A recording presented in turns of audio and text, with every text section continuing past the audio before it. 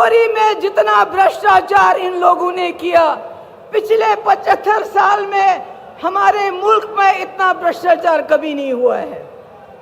ED के जरिए वसूली की इन्होंने, इनकम टैक्स के लिए जरिए वसूली की। ये सबसे भ्रष्ट सरकार है। नौकरियां नहीं दी, बल्कि यहाँ के नौजवानों के हाथों में लाठी दी, जबान पे नारा दिया, कभी देश का कभी धर्म का, बोला जाओ मारो, लिंच करो, शक्ल देखो, क्या खाता है, क्या पहनता है, दाढ़ी कितनी लंबी है।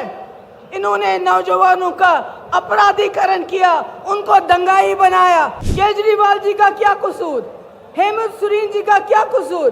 अगर वो बीजेपी में चले जाएंगे केजरीवाल, तो ये सारे मीडिया के लोग जो पिछले कई दिनों से करप्शन करप्शन करप्शन केजरीवाल कहते हैं, तो ये कहना शुरू करेंगे कि केजरीवाल जैसा कट्टर ईमानदार कोई नहीं है।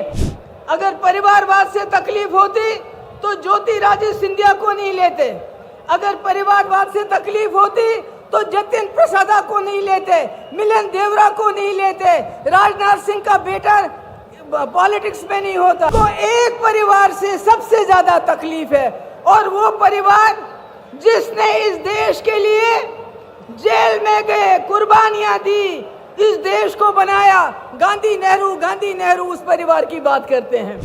मैं सिद्दीक कपन की बात नहीं कर रही हूँ, मैं मोहम्मद जुबैर की बात नहीं कर रही हूँ, मैं आपके चुने हुए नुमाइंदों की बात कर रही हूँ, जिनको आप लोग वोट डाल के एमएलए बनाते हैं, लोकसभा मेंबर बनाते हैं, चीफ मिनिस्टर बनाते हैं, मिनिस्टर बनाते हैं। कैसे उन पे करप्शन के चार्जेस लगा के बिना कोई वकालत के, बिना कोई कार्रवाई के जेल में डाला जाता है। हमारे लिए ये कोई अचंभे की बात नहीं है। हमने जम्मू कश्मीर में पिछले 5 साल से यही देखा है। हमारे हजारों की तादाद में नौजवान, मैं, फारूक साहब, उमर अब्दुल्ला साहब, पूर्व मुख्यमंत्री, तीनों को बंद कर दिया गया और देश को बताया गया कि हम देश हित में कर रहे हैं। जब आप संविधान का उल्लंघन करते हैं, जब आप कानून का उल्लंघन करते हैं, वो देशभक्ति नहीं देशद्रोही होता है। जो संविधान का उल्लंघन करेगा वो देशद्रोही है।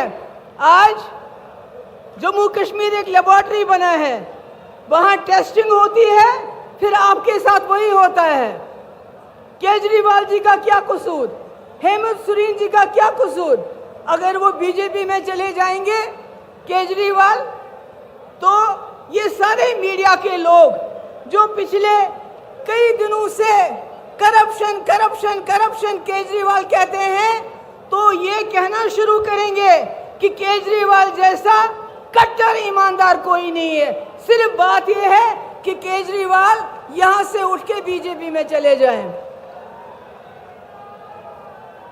केजरीवाल का क्या कसूर?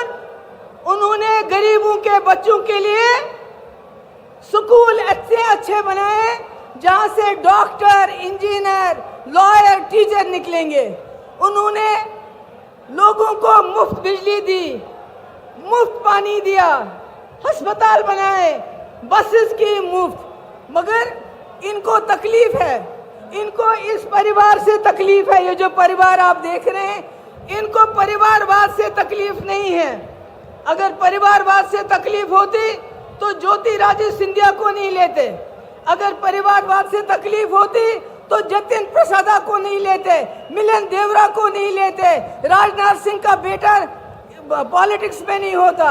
इनको तकलीफ है एक, अगर आज भी आदित्य ठाकरे जी बीजेपी में चले जाते हैं तो फिर परिवारवाद नहीं है। इनको एक परिवार से सबसे ज्यादा तकलीफ है, और वो परिवार जिसने इस देश के लिए जेल में गए, कुर्बानियां दी, इस देश को बनाया। गांधी नेहरू उस परिवार की बात करते हैं। अरे मैं कहती हूँ ऐसे और परिवार पैदा हुए होने चाहिए थे। आज देश जो हमारा चांद्रयान पे पहुंचा, चांद पे पहुंचा, शायद कहीं और पहुंच गया होता। इनका क्या काम है? इनका काम है।